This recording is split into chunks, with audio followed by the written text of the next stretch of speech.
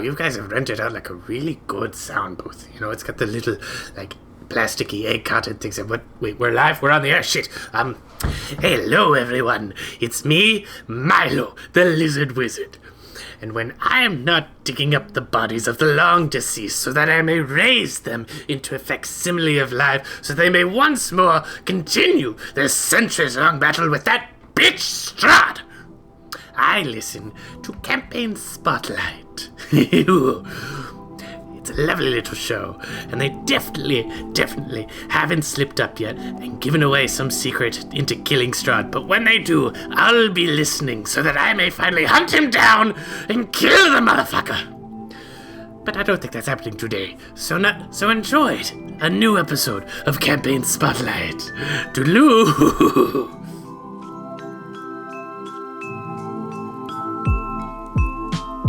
Hey there, Modrons and Mezzalots. In this week's episode, we're chatting with Rob about running a high-level epic fantasy campaign. Let's roll initiative.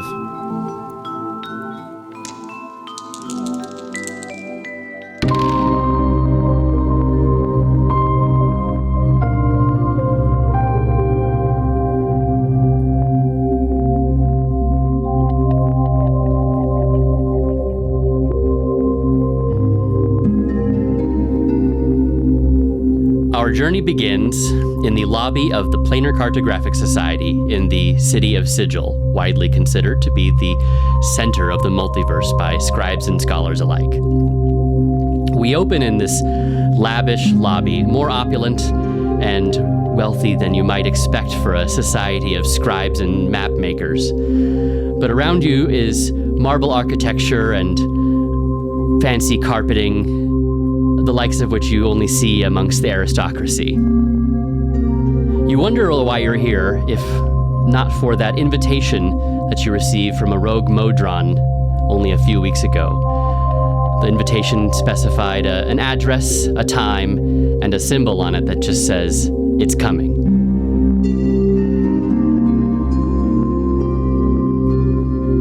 As your characters are standing around wondering why the hell you're here, other adventurers in this room that's packed to the brim.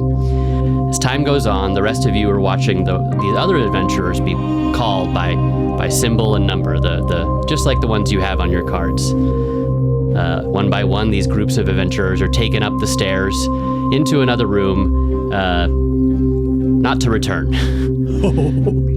When after 10 to 20 minutes or so, it's down to the 7 of you. You're sitting in this lobby and all that's left is you. Then the doors open once more, and a dreary-looking short man with bald head and gray robes comes out and calls out, "Would the group with card number 7 please come up the stairs?" He looks down and motions you all upwards. You follow him up the stairs, and he opens the door to the next room. And instead of a meeting room or other waiting area like you might expect, you find yourselves looking out into a massive white void. The void, however, is not empty. It's filled with what looks like a shipping port. It's filled to the brim with galleons, presumably spelljammers if they're just hovering there like that, as well as the biggest spelljammer you've possibly ever seen. A large turtle head and a huge village atop this massive vessel could only mean that this is an Archelon, an ancient and legendary ship known only to the most wizened spelljammers. The Seneschal beckons you to follow him down the stairs into the port and leads you to the center dock where the Archelon is berthed. Outside of the ship that you're being taken to is a man wearing a robe covered in stars and nebula and galaxies. Another bald-headed man, and he's holding a staff and a bright smile as you approach him. Greetings, fellow travelers. Thank you for coming. Your journey into the multiverse begins.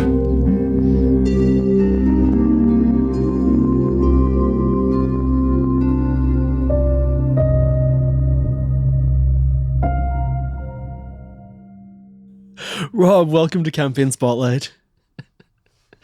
That That sounds like This is such an intense introduction. I feel like a lot of people want to start off in a tavern and we're all just getting to know the characters. No, you drop them right into the action.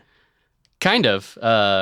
There was another monologue 5 minutes after that where shit went down. So yeah, I guess you're right. There was some action after that. Big inciting incident right up top. Honestly, not the worst way to start a campaign. Yeah, it was actually the second time we've tried to start this campaign, or the second time we've played this campaign. Interesting. But it's timey-wimey. I'll just leave it there. That works. Before we get into it, why don't you introduce yourself and tell the audience a little bit about your experience playing tabletop games and also running them? My name is Rob, or Tully, depending on where you interact with me.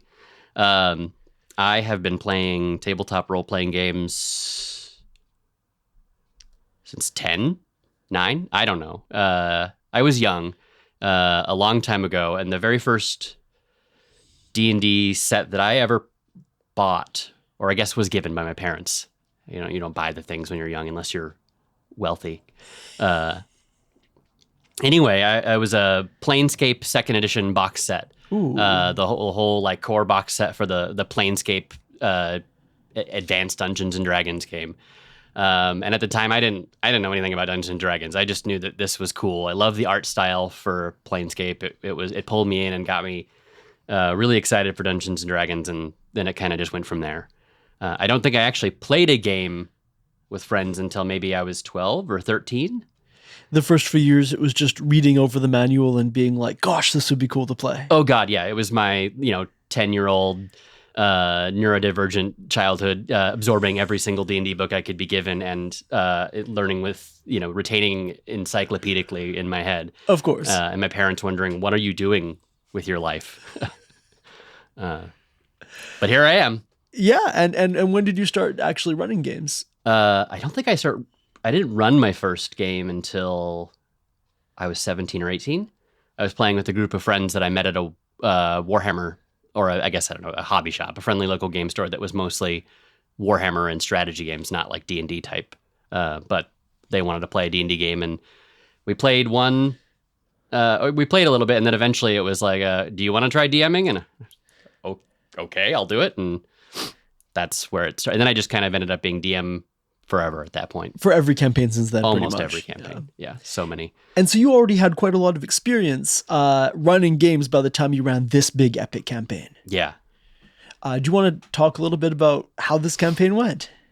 So I think, as I mentioned earlier, this campaign was actually the second attempt to play this story. Yes. The first attempt to play the story was in a 3rd edition campaign, a 3.5 campaign. Got it. Where we started and got pretty far, and then it got messy. The rules got weird. 3.5 was also a messy system, and we moved on to other things. I think at that time we found Dark Heresy as a role playing system and started trying that out for Warhammer 40k role playing. That being said, I've already forgotten the question. Oh, the question was about what happened in this campaign that we're going to be talking about today. Because you started out in Sigil, everyone getting onto the turtle ship, and then this campaign ran for a long time and took on an epic scope. Yeah, it went for 4 or 5 years, I think. Wow. I don't remember. Ever since COVID, my perception of time is really messy, and I don't really know what years included what activities anymore. None of that means anything. But yeah, we went on for quite a long time. They went on an adventure to save the multiverse from destruction. Went to quite a number of different planes across the multiverse and traveled around in their Spelljammer and did all kinds of cool things and interacted with devils and angels alike to thwart the forces of chaos from taking over the multiverse. So it really was order versus chaos. Yeah, I prefer to interrogate that as a source of conflict in campaigns more than good and evil as a source of conflict. I'm inclined to hugely agree with that. I've I've run campaigns where the bad guys are just full on evil. And at that point, the best use of the player's time is just to let everyone know that this evil force is coming. Yeah. Because no one's ever going to be on the evil side. Yeah. Right? Or it's very hard to come up with enough justifications for why anyone would want to be on the side of like, the myriad of flies personification of decay. That seems bad. Right. And so whereas having a campaign that's more about order versus chaos, I think gives you more of a chance to say, okay, no, there's a case to be made that, maybe one side, some beings from some planes could actually be siding with the other side than you. Yeah. And so you started out at a relatively low level and then worked it all the way up? They started it, I want to say 15, actually. We started at somewhat high because I think we intended to play epic level. We knew that was going to be the goal of this campaign. And that's why we started designing, I think, the weapons I've talked to you about way early on before we really even started playing the campaign. Okay, so you kind of had a session -1 or a pitch to the players that was, hey, we're going to start at a level where, for 5th edition, a lot of people would say is already too high to play for any length of time. Because by level 15, you have 7th and 8th level spells, right? And we're going to start there. Yeah. And we're going to work up beyond level 20? Yeah. What did the planning look like for that, knowing going in that you were going to be, I guess, homebrewing a lot? I think we were planning for at least a year because I remember going on a lot of hikes. The friends that I play with, we'd do hikes a lot, and we'd talk all about the weapons or their characters and these artifacts that they were going to have and who wanted to do what in the campaign. I really wanted to let the characters, the players play the characters they really just wanted to play. The main goal was, we're going to be playing these characters as though you're in a, action panel comic or something. I think I had a questionnaire to each of the players, and one of the questions on there was, your character's featured in a triptych of something cool happening. Yes. What's happening in each of the panels of your character's triptych, and that was sort of and it's make it epic because your character's doing something cool in these. I think that's such a great way to encourage people to think about their characters becoming legendary figures. Yeah. Like, you're doing something right now that people are going to remember for a very long time. In what way would you like to be remembered? That's a really cool way to start off the campaign. And let's talk about the weapons, because you've mentioned this a couple times. I think this is such a cool part of this campaign. Your player characters had physical replicas of the legendary weapons? No, we didn't make physical replicas. Joe wanted to. My husband Joe wanted to make some cosplay props at some point, but we sat down and we drew them, I guess, so to speak. Okay. And then I laid them out. I put them out on paper or a graphic, sort of like you'd be looking at an MMO or something. I made little icons for abilities using, there was like a open source gaming icon site that I put these together. So they had this piece of paper or chart that had a picture of their weapon, and then it had all these icons with like a little skill tree that they could invest points into as their artifact grew in power. And I kind of based the concept of these on a 3.5 book that I had. It was like they're called legacy weapons, where these weapons leveled up as the characters leveled up. Just also as a way to not have to be a little lazier with loot. I could say, all right, I don't have to worry at all about giving this person a new weapon, because they're going to have a weapon and they're not going to change their weapon. And from a storytelling point of view, I think once you're already, the most powerful people in the multiverse, it's got to be tough to keep finding new weapons that actually level up with your character at some point. Oh yeah. I mean, what loot can you tempt a 20th level demigod with, or whatever? You have to make it interesting and fun for them to want to take things other than their weapons. Absolutely. And so even though you made this all,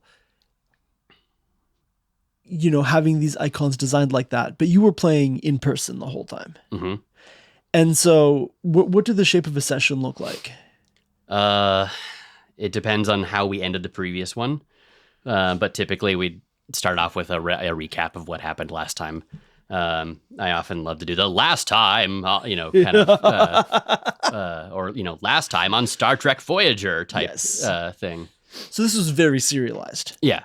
There were very few bottle episode type situations that you could, maybe call it. It was really hard to maybe do that kind of thing just because we had 7 characters to begin with. And really trying to manage 7 characters of individual desires and goals is a lot of work. Yeah, let's talk about that for a moment, because that is a huge table to run, especially when everyone has a lot of very elaborate abilities by the time they're at these high levels. How did you manage the flow of, I guess, conversation or of speaking time at the table? Speaking time wasn't too hard to manage. I don't know that I necessarily had to come up with anything in particular. The group of players that we're playing with were all friends that I've known for, I don't know, 10 or more years at this point, or 20 more. We're old. 20 years. Oh my God, I hate that. Hey, Rob, what's that loud ticking sound? It's my pacemaker.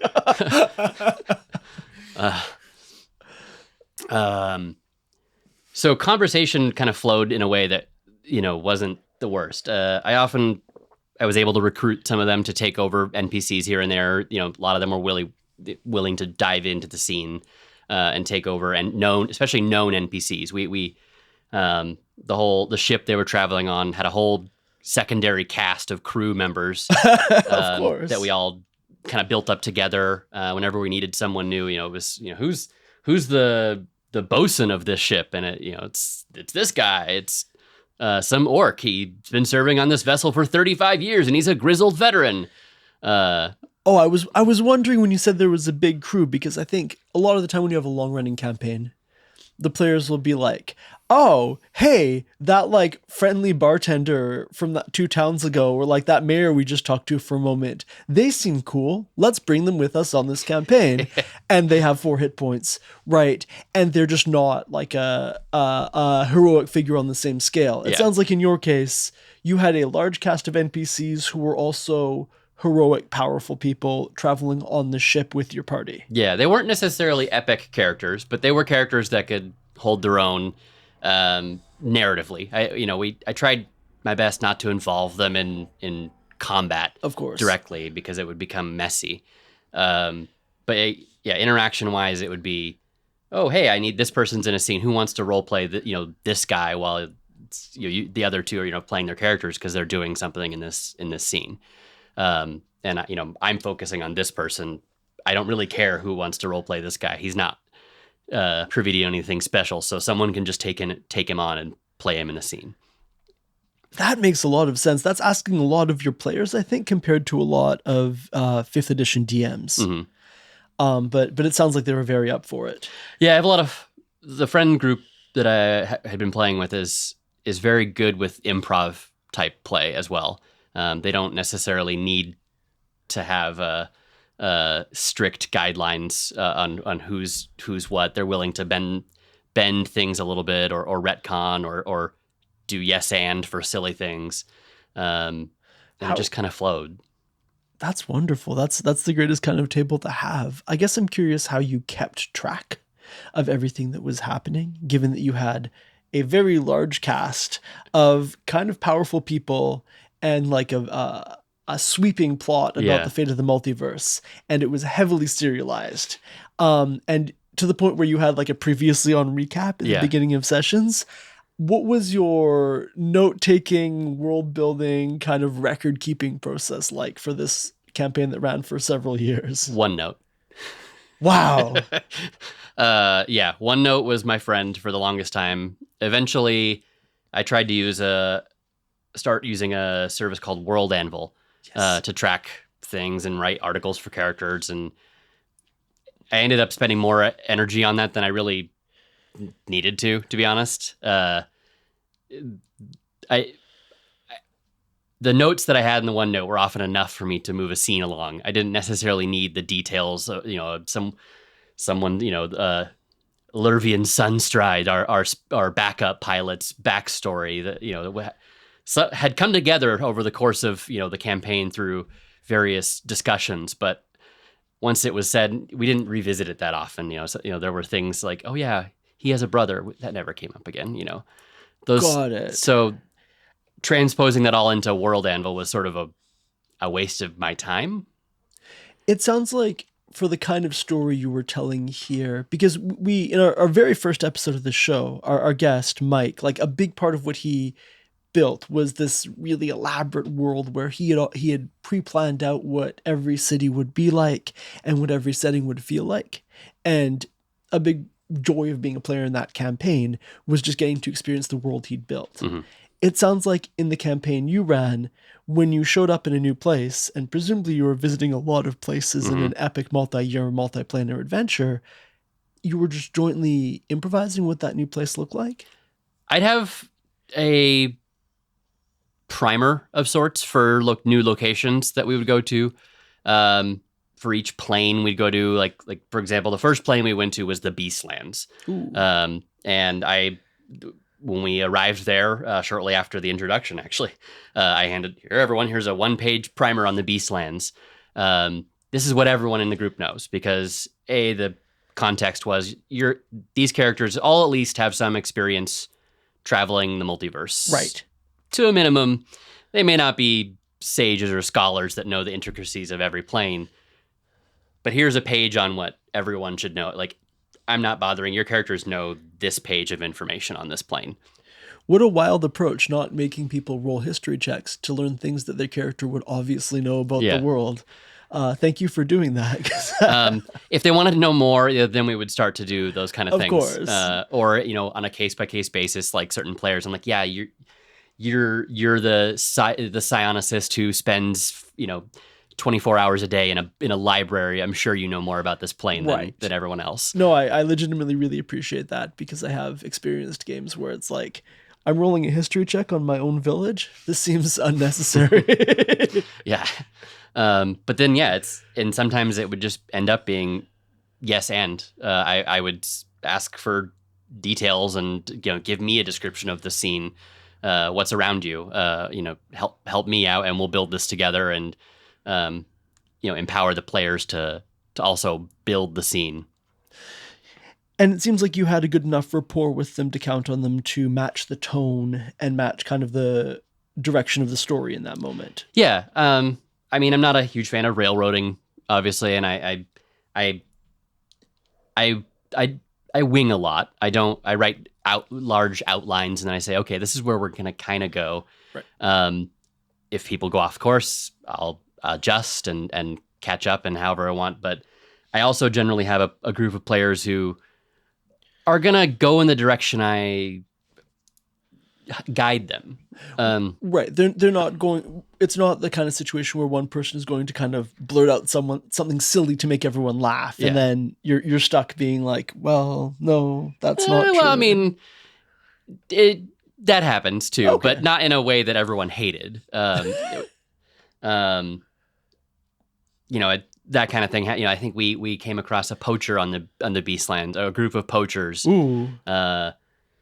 One of whom the leader was this woman with an Aussie accent that I to this day can never reproduce. It was one of those I channeled her. I did a voice for her, and I channeled something, and I did a perfect Aussie accent, and then it was gone after that session. I could never reproduce it. Everyone was just like, what happened? Where is her voice? That's not what she sounds like.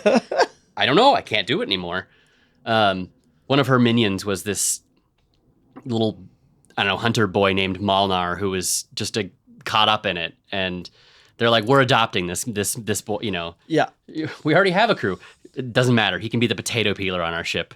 And that's it. He was the potato peeler on our ship. There was a little 18-year-old hunter who we'd taken out of a life of poaching in the Beastlands and brought into being a potato peeler on a massive ship adventuring the multiverse. Like willingly, or did you kidnap him? They coerced him that was the right course of action instead of keeping a life of poaching. And They paid him a salary. Okay, good. Yeah. Because everyone on the ship had a salary. They paid him a salary, and he was able to send money home to his parents, just like he was from the poachers. But instead of money earned from poaching, it was. Was this? Did you track this? Was there like in-world remittance services? No. Okay. We just said, yeah, he's getting a salary. He's sending his money home to his parents, and he's learning to be an adventurer. Oh, wonderful! And did these NPCs like the grizzled bosun or the potato peeler, did they level up over time and have story moments like that? Level up, yes. Oh, sorry, story moments, yes. Level up more narratively than physically. I kept a character sheet that was a stat block and a list of abilities, and I didn't try to track their actual class. I didn't go, he is a 15th level battle master fighter with these feats taken. No, I was too much with the size of the crew. Proficiency in vegetable peelers. Yeah, it was just sort of assumed that these characters he's good at this, he's good at this. That's fine. Because you were building for the already large group of PCs. Mm-hmm. You were building not just these level up trees for the weapons, but a lot of I guess abilities and class features, because they were going way past level 20. And a whole custom class too. Ooh, let's talk about that first. One of my players was playing Scion, which Scion PS or SC? PSION, for Scion Assist. Yes. From based on, it was a homebrew class that we based on some the third edition flavor for a Scion Assist. He wanted to play a Scion Assist. Wasn't really at the time there really were no psionics rules for 5e. This was before any of the stuff that for that had come out. Right. And the flavor of the wizard class or the sorcerer class, even skinned, was just not where he or I really were wanting to do for a psionicist class. So we collaborated on and ended up making a psionicist class at the time, and he played that. What can you give us a sense of what the flavor of that was like, or what kind of abilities that class included? So it made use of the the spell point variant rule for casting in the DMG, to give the feeling of the old psionic points that 3.5 psionicist classes had. And so we used that for his spell casting slots to keep it 5e and not have to go crazy on there. So it was still, you're making spell slots or power slots with these spells. And we took a collection of spells and stuff that felt right for the class to build the spell list, and then ported some psionic powers that weren't, there was no spell equivalent for, and did our best to make a equivalent in 5e. Very cool. And because I guess at some point with all these characters, especially once you get up to level 20 and beyond, you were building a lot of it from scratch. Oh yeah. Balance is out the window at that point too. Can you give us a sense of what you were building as characters got to level 20 and beyond? So the two methods of advancement that the characters had after level 20 were their weapons or their artifacts, really. So not everyone had a weapon. One of the players had a big shield, was his artifact, and another player had a breastplate, like a bronze breastplate that was her artifact. And those weapons had, the skill trees that I think I mentioned earlier, that the little points that they could go down at one branch or the other. So I gave them some options to choose. And each time they would level up, they'd get some amount of points to spend on their weapon. And then they'd also get a number of points to spend on epic boons, which are based on the concept. There's a section in the 5e DMG on epic boons that the DM can just give to players. There's no real guidelines for them. It's just like, hey, if you want to do epic play, here's these boons, with no other guidance beyond that. I took a lot of those. I made new ones. Every level they would be given a number of points they could spend on boons, and a list of boons that were available only for this level up, as well as a list of boons that were always available. Got it. And so were the boons available for this level up in particular? For example, if they were in the 9 hells, would they be kind of infernal flavored boons? Is that the right way to think about it? Yeah, sometimes there'd be different boons based on the plane they had come in, or a boon that was targeted maybe at a specific character or two, a couple characters. Like, hey, this is a new feature or whatever that you guys could take advantage of, and not everyone took it, but someone, I like that. I'll use that instead of going for all of these other boons or whatever. Got it. Can you give an example of what one of these boons might have looked like? Gosh, there were a lot, and I'm trying to remember I can imagine, some of them. yeah.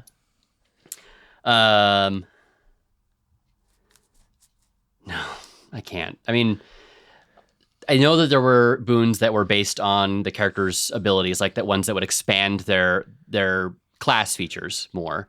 There were also others that gave them, spells that they could cast without components or materials for, as a once a day action kind of thing, or brand new features that like incorporated a feat, like the Sentinel feat, for example. I think the one that lets you get attacks of opportunity. Yes. One of the players was playing with a halberd type weapon, and she really loved being attack of opportunity and using Sentinel to trip people up and hit them. One of them was she got a number of attacks of opportunity. She got more attacks of opportunity, and it was based on the number of opponents that were around her. Oh, wow. And their sizes or something. I forget the mechanics. It's been so long at this point. And clearly she was like, yeah, I want that one. That's the one I want. And she was the only one who chose that. But it was, so that was the kind. I'd sometimes throw in ones that like, that's built for one specific player. Anyone could take it. Yeah. It would work for anyone technically, but yeah. Right. But if you're like a sorcerer or something, this is less useful. Yeah. Right. And then there were the ones that like give you more spell slots as casters or whatever. Those are the basic ones. Were they also getting kind of stats increases, ability scores, things like that? They could. They could use those boon points to buy feats or stat increases beyond the maximum of 18 at that point. So when it came to so to let them feel epic, you could actually go, I have a strength of 30 now or something because I've increased. I spent a bunch of my epic boon points on increasing my strength. Of course. And so does it become something like Pathfinder almost, where you're doing like a DC 45 checks and things like that? Yeah. Yeah. This is a part that I struggle with, because I love running campaigns right up to epic levels, right? But I worry that there starts to be a certain level of inflation where that explosion would have been DC 22 a long time ago, right? When everyone added +3 or +4 to their rolls. But I think there's a temptation, once everyone's adding 15 to their rolls, to make the same challenge harder, because using their stats at high levels, it's like, well, you basically just have to not roll the 1. Yeah. Right. And how do you deal with this treadmill where you have to make the challenges harder and harder for it to be even relevant for them to bother rolling dice? Yeah.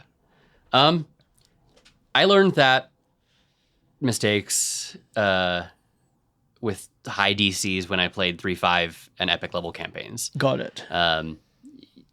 Especially, you could just look at the 3.5, the epic level handbook from 3rd edition and see, make a spellcraft DC 63 to cast this 10th level spell or some, or epic spell or whatever it was called. And it's just, it's absurd, but right. But and at that point, why are you bothering to roll a D20 if you're adding 45 or 50 to it?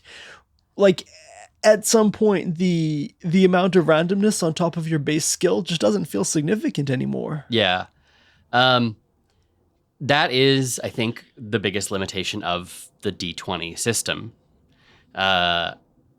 We learned quite a bit that it's so hard to get a variety of randomness with a D20 once you have modifiers that are that high. Right. We ended up adjusting things to make a degrees of success, degrees of failure type mechanic instead. I started having less crazy DCs and instead used degrees of success and failure to adjust how well the result happened. By every 2 points or something, they beat the DCs. They would get a degree of success, and degrees of success would allow them to do more epic things. Can you give an example of what those epic things might look like? Depending on the number of degrees of success, Sure. going into another attack, or getting a flourish, or getting an advantageous bonus movement, or just getting an automatic critical. Even if you couldn't roll a nat 20, if you got you're like, oh, I still beat the DC by 30.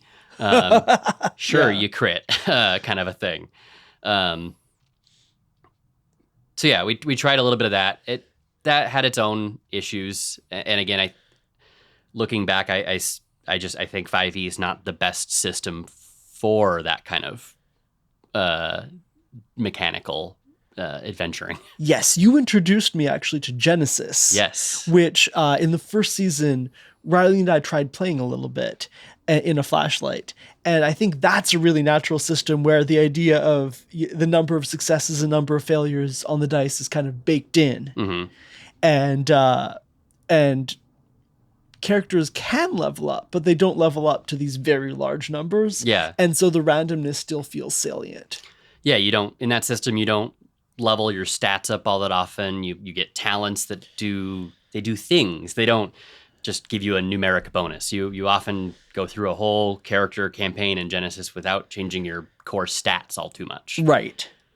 Where in D&D, that's just not the case. In my current long-running 5th edition campaign, right before we started recording, all my players are currently leveling up. Uh-oh. And they're texting me, oh, here's the stat increase I want. And like they really, oh, can I just get one more point so I can raise this score? And it's like, gosh, yeah, the inflation really feels like it kicks in in the middle levels. And then a lot of challenges have to start becoming much harder. And it starts to feel a little bit silly, right? Because it might be the case that to make some kind of long jump, you might give people an athletics check. But at high levels, what does a challenging jump look like? Right? Because it's kind of slapstick to think that your legendary hero is going to do an oops and fall over the edge the same way they would have at level 1.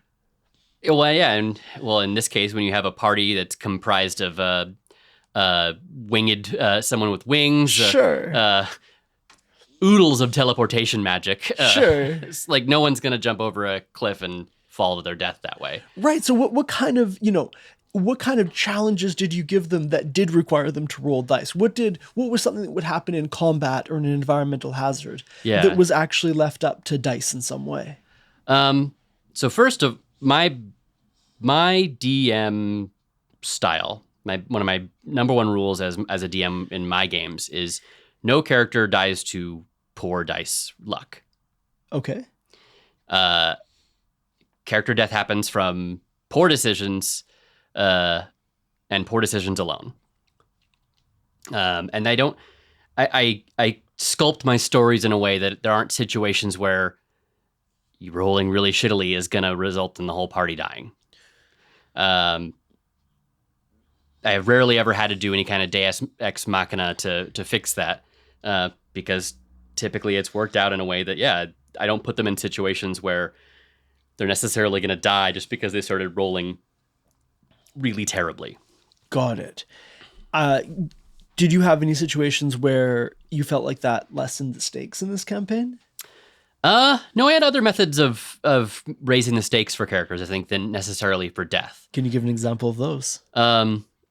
There were penalties for resurrections. The more a character had been resurrected, there was damage to their mental condition, state, for being brought back from the dead, from dying and being brought back to life. Right, is a pretty traumatic experience.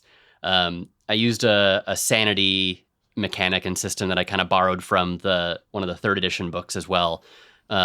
So over time, characters had a sanity score to keep track of, and whenever there were crazy events happening, they'd have to check against their sanity and potentially get madnesses. And did that happen often? Oh yeah, some of them ended up with some interesting ones. Some of them could be removed after a time, but some of them were more permanent. One of them ended up with his character got a death wish, more to speak. He was just like, I don't care. I'm not cautious anymore. I am so over this. Or another just started hearing voices. I mean, a death wish, I think, makes a lot of sense narratively in a world where there's just bottomless resurrections. Yeah. It's like, it doesn't really matter. Yeah. I can just die and be resurrected. It's fine. It won't matter. Yeah. And this makes a lot of sense in terms of the consequences for the player characters. Mm-hmm. On the other side, what did defeating an enemy look like, right? Or what did combat look like? And I guess I'm interested both mechanically, in terms of how you ran combat without it being a slog with that many players with that many abilities, but also what kind of enemies were they facing to make this feel narratively impactful? Yeah. Aside from before we get into combat, okay, some of the other challenges they would face were, like you said, mental sanity checks, but also time. Time was a big enemy in the campaign. The threat of the campaign was a big deity was trying to break free from a prison and take over the multiverse, and there I had a doomsday clock mechanic, and so the players taking longer time or doing things, and that could affect the overall scope of the campaign. Narratively, that resulted in, maybe this plane was overrun or this town was lost. So less stakes to the character, but more stakes to the people and stuff, the world they know around them. Right. Is some of the best way you can threaten a high-level character. That makes a lot of sense, because it's hard to find an enemy that is going to be able to bite their head off, but like they're all emotionally invested in the places and people around them who are not as powerful. And so you can threaten them that way. It's like the villain trope in a movie where the villain's like, I'm just going to kill your wife if you don't, help me out here or whatever. Right. So it and that works for epic level characters. That if you throw those conundrums in players, sometimes you make them make choices too. They get really worried when they have to make choices, and they try their hardest to find a way to not make a choice. And was that, you say that as though that's like always the case. Sometimes I think it can be difficult for players who are playing these high level characters when they're thinking, okay, we're trying to, defeat a god, right? There is a deity on the loose. Sometimes we'll lose a village, and that's okay. Right. And it sounds like your players didn't end up thinking like that and really did still feel like invested in mortal lives. Yeah. Did you have to do anything to make sure they kept that feeling of groundedness and connection, or were they kind of just role playing that way from the get-go? They're players that tend to, I think, be that way. They want to, I think they're all from the same school of, Fallout game or a Skyrim game. They want to make friends with everyone and have the best possible ending or whatever. But also I tried to make sure that on each plane we went to, there were characters that were memorable. Got it. So that, when I would threaten a plane, characters they knew were threatened rather than just anonymous villagers, whatever. That really helps with the grounding for sure. That worked for this group, at least. That's wonderful. I'm glad they were able to keep that sense of stakes, right? And that sense of scale, because at high levels, it's like, gosh, maybe I don't need to like be friendly to the people at the tavern. Mm-hmm. I can just take everything from this tavern. Yeah. And I think it, especially in systems like 5th edition, where you were so much more powerful than the people around you, I think it gets hazardously easy to start thinking like that. I think the players themselves were mostly good. I'll put air quotes around the word good. Let the record show that Rob did a air quotes gesture.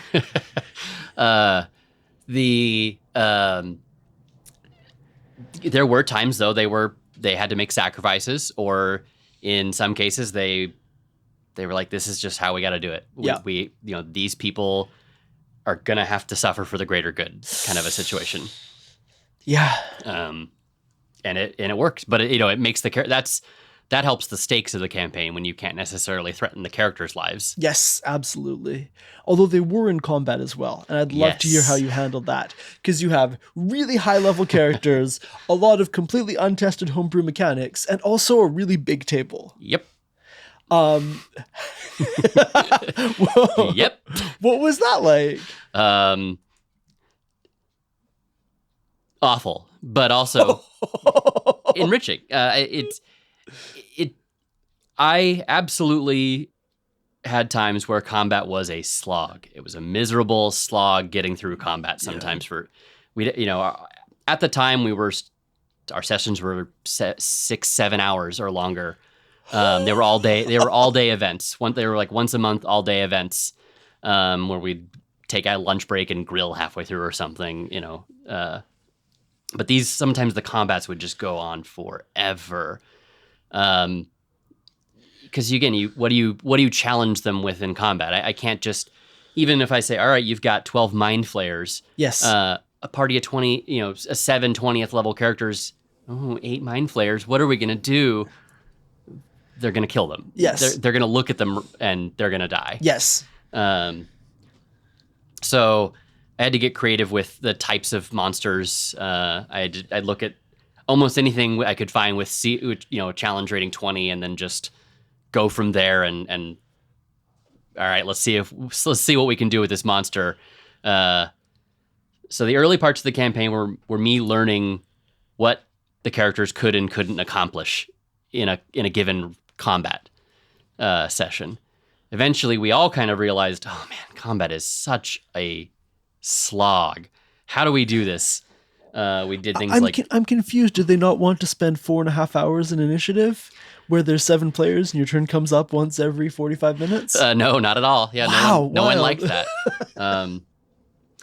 So, we found things, charging rolls, like pre-rolling for your stuff so that it really gets to your turn, and things started to move a little faster.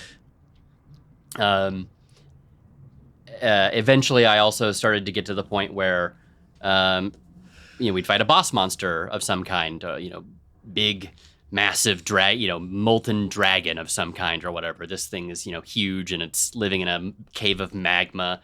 I go, okay, the environment itself also needs to be a challenge, because that's going to help the players, not just, okay, well, there's one giant dragon and there's 7 epic level characters. Well, they're all just going to poke the dragon to death. Yes, absolutely.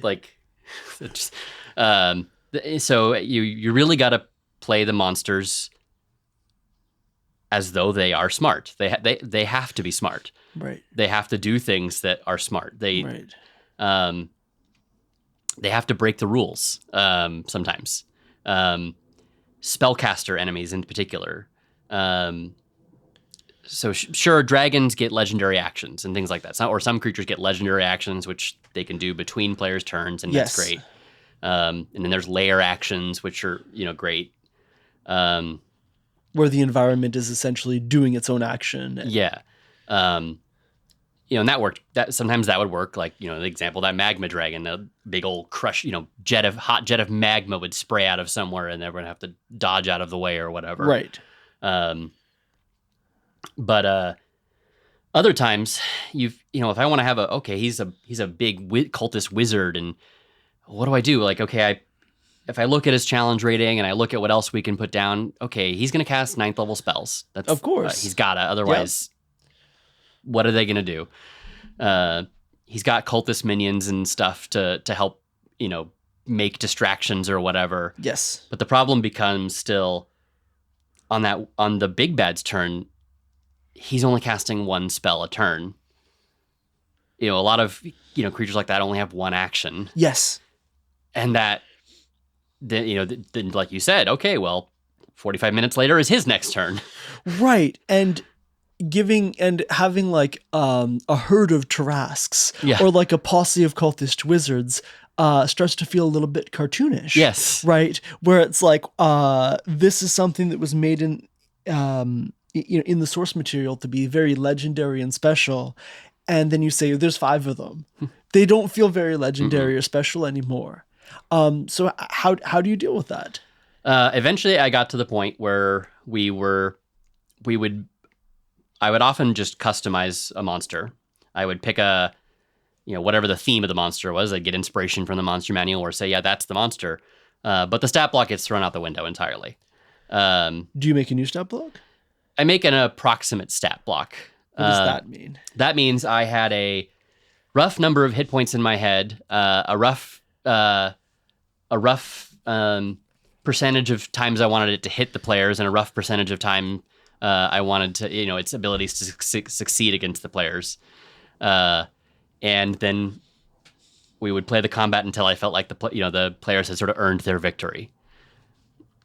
So you weren't going in committing to, this is how many hit points, this is what they add to a constitution saving roll. Yeah. You weren't going in with things like that. It was a phased boss fight in a video game type situation. They'd do some damage. Of course it's a 40-foot tall chaos hound with 3 heads, Cerberus type situation. Eventually they start to, its behavior changes. Okay, now it's one of its heads is looking like it's dazed and looking downwards, and another one, it's gushing leg, blood out of its leg or something. But it was a goal of trying to describe phases of a boss fight, so to speak.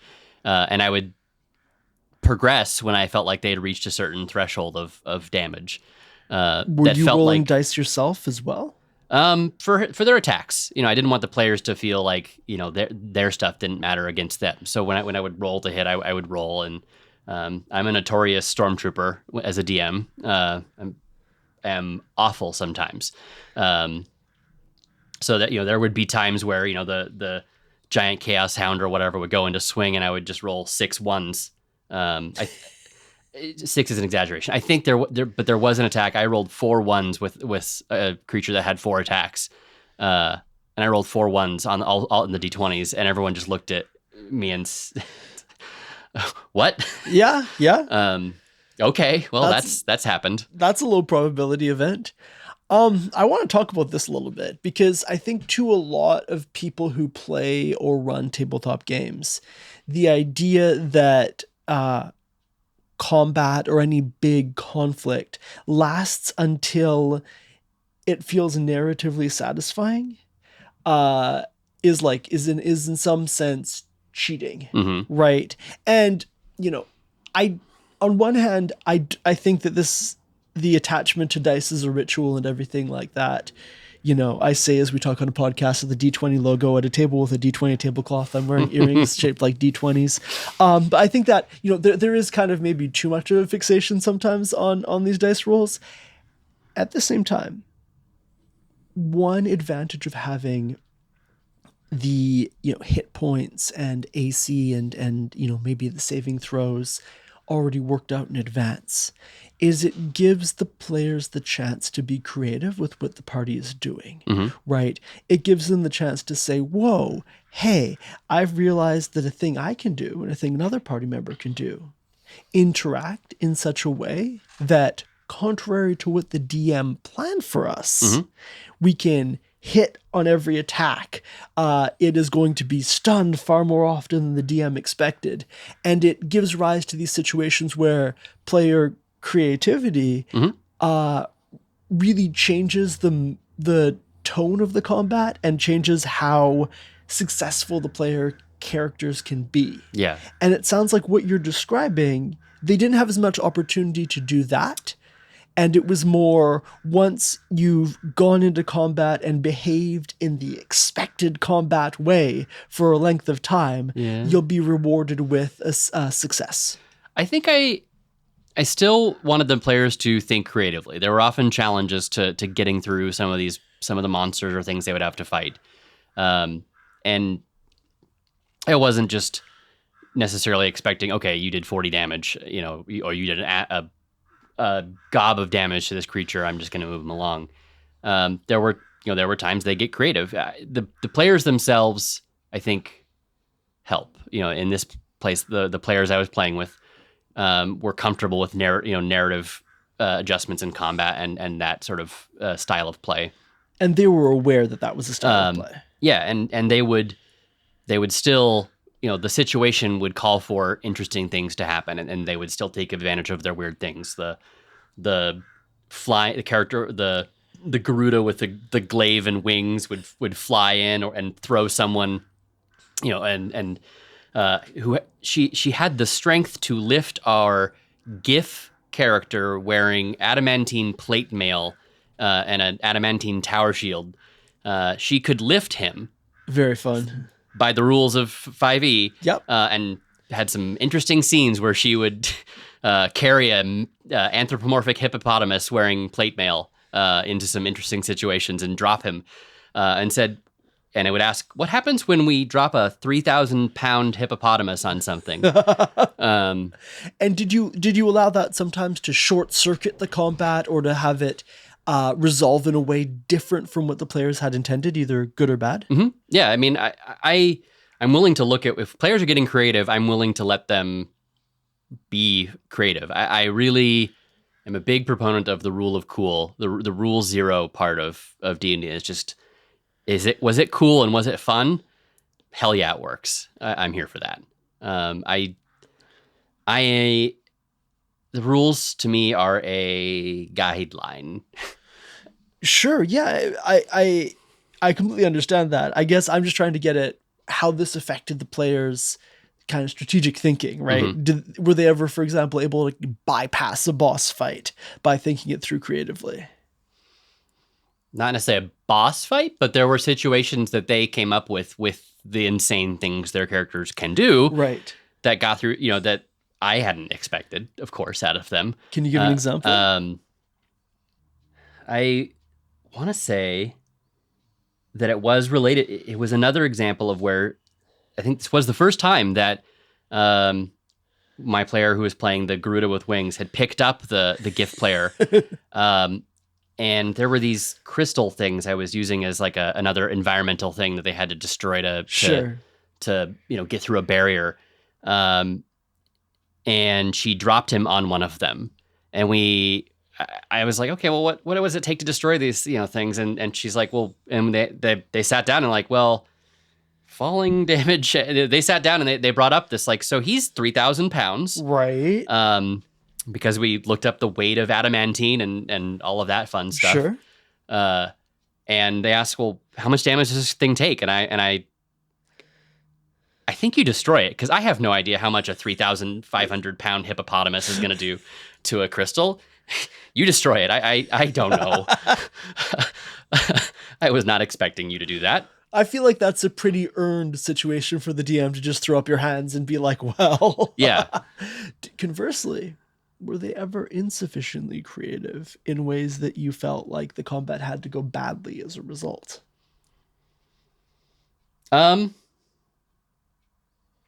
There were times, and I think this may lend to just combat in general being a struggle at that level. Sure. But especially combat with large scale combat with other characters in the background, specifically like shipboard combat, when we would do a ship to ship combat in a Spelljammer type situation. They would find some fun, cool things to do, but they would also, I'm not sure how to phrase this. I think there were times when they would overthink some of the things. I think a lot of the players expected me to do one thing and would overthink a solution to certain things, and it would end up just being not at all what they were looking for. Right. I don't think I can give a specific example of that, though, because it just didn't happen often with my players. Because you had such a rapport with them already. Yeah. Everyone in the group is fun and willing to improv on the spot and yes and things. And they know what a Rob type game looks like. Yeah. Yeah. So it didn't come up that often. But yeah, some weird decisions were made in ship to ship combat a lot. I'm just going to say, like, and actually this is 2 days ago, I ran my first spaceship to spaceship combat in D&D 5th edition ever. It's not the right system for it. No, it is absolutely not. And we were doing it before the official Spelljammer rules came out too. So that was interesting. Yeah, my players wanted to have more ship-to-ship combat. We tried it out, And there's other systems that are built for this kind of thing. I'll put it that way. There are other systems that are built for a lot of things that 5e is not built for. Yeah. 5e is built for a small window of things, I think. Yeah, they're fun things, but it's definitely not everything. Yeah. So what you've described here honestly sounds like a pretty satisfying way to have this epic high-level combat happen and to keep it, sufficiently novel to keep going for years of this campaign. Right. But there's, I think, a school of thought with systems like this that have that power creep from like level 1, a giant rat. Level 20, let's kill God. In a lot of systems that have that power creep, there is this baked in assumption that when you get there, you're just going to end this campaign and start a new one. Mm-hmm. You're going to say, cool, we have told the story. It has a beginning and end, and that's being mirrored in the character's progression, because in a lot of TTRPGs, character growth is external. And once you've maxed out that character growth, that is the end of the arc. With this campaign, you just kept things going. What was the rationale there? Well, this campaign had an end in mind.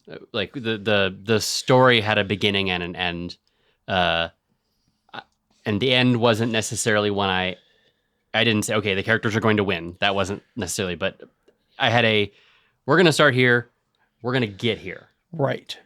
I don't actually care what level they are by that point. The level advancement became more of a just here's some keep novelty and give them new things every once in a while. Less right. And in this case, it was less of a here's the target point for your character's progression, and the end of the story is this target end of the story as opposed to that. We didn't get there in this campaign. It went on hold, eventually. But yeah, I think it's hard to find out a good spot to end a campaign like that. I think if you don't necessarily have an end in mind and you just start playing little adventures, then you go, well, when do we stop? What level are we? I don't know that there's a good answer. I think D&D makes it harder as a system because it has that 1 to 20 scale. It's very linear in that way. I think other systems do it better, like Genesis, or even as I've been looking into the Star Trek adventure setting. You don't have a level to keep in mind. You write your stories, and then the story is the end point. You write a story with an end in mind. And with this campaign, you had an end in mind, or at least a shape of the campaign, but you were playing 6 or 7 hours every month for several years. How close do you feel like you got before scheduling and life events kind of made things grind to a halt? We got about halfway through, I would say. That is an impressive scope. So the original plan was to run this for like over a decade. Well, I would like to have had it go less. But again, as we were learning, combat was challenging. It unnecessarily extended the campaign in some cases. We were looking at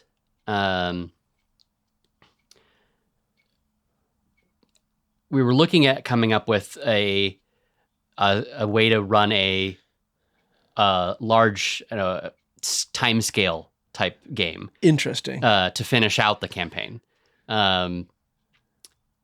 where we would cover a scope of several months or years even.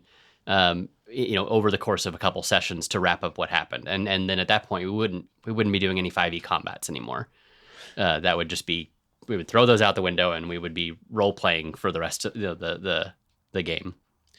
Which seems like the end point of the setup you described, where, as they get more powerful, you do have to make that narrative call about when it's satisfying for combat to end. Yeah. So why not just skip those dice rolls and just describe how it went? Yeah. Well, I wanted, the as you mentioned earlier, the dice rolls give the players a little bit of randomness and agency in some regards to do things that, again, they rolled well and they get some agency to do something to confound the DM. Yeah. Yeah.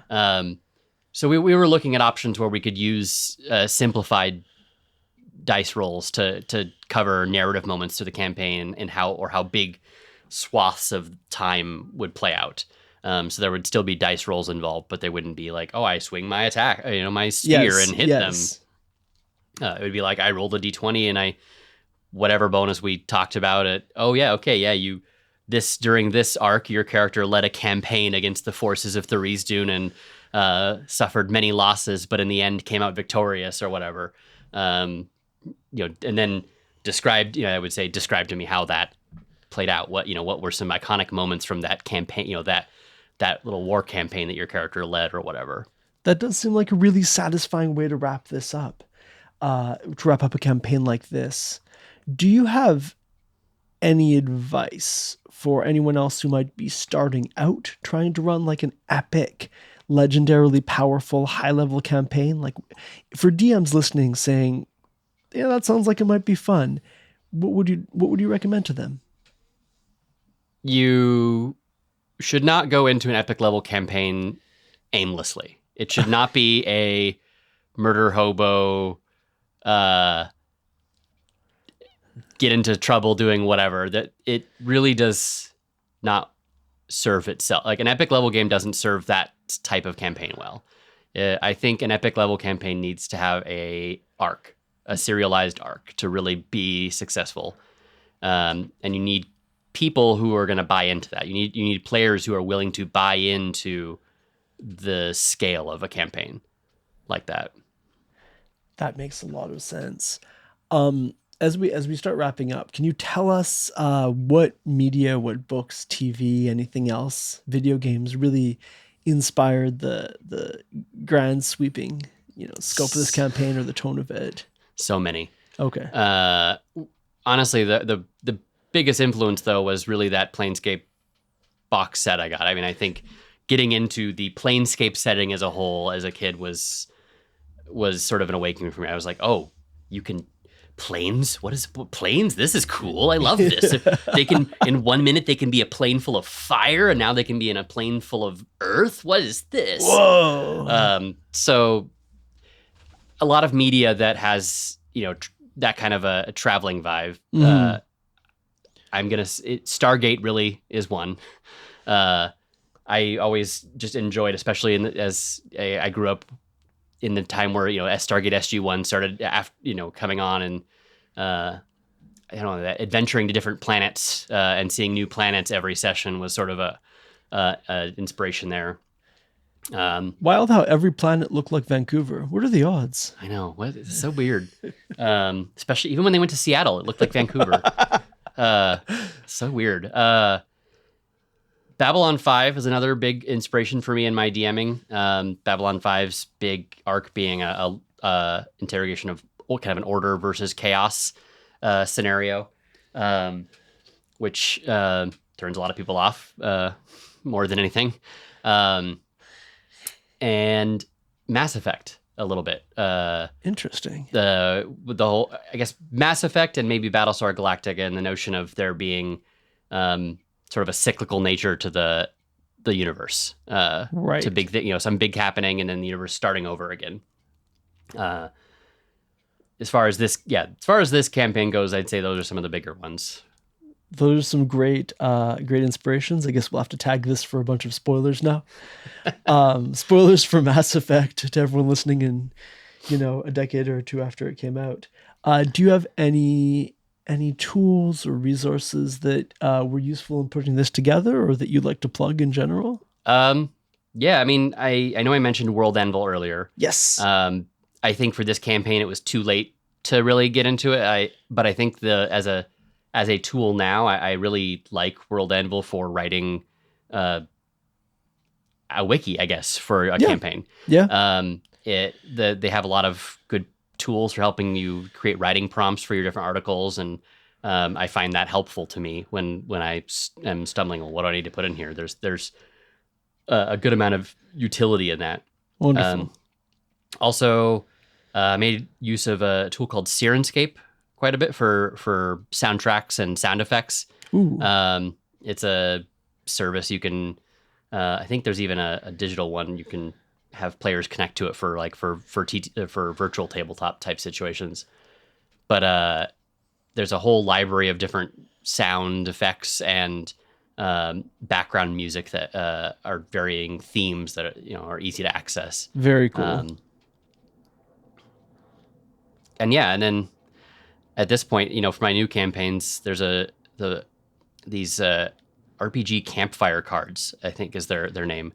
I learned about them recently while listening to another podcast that they are really useful RPG character creation role-playing aid. That's a mouthful. But it helps players learn to interact with the other characters in the group in a way that's in character. They're questions that they can pose to each other, and they have to answer them in character to help kind of learn about each other. And I think it can be really useful for people who aren't used to improv, having to sort of learn to improv on the spot. Absolutely, because not every table is going to have that same rapport that you did with yours for this campaign. Rob, thank you so much for coming on Campaign Spotlight. This has been absolutely fascinating to hear about. Thank you for having me.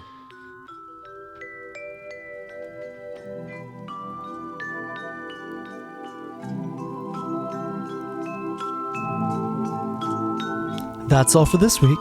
I'm Production Master Riley. And I'm Dungeon Inspector Jake.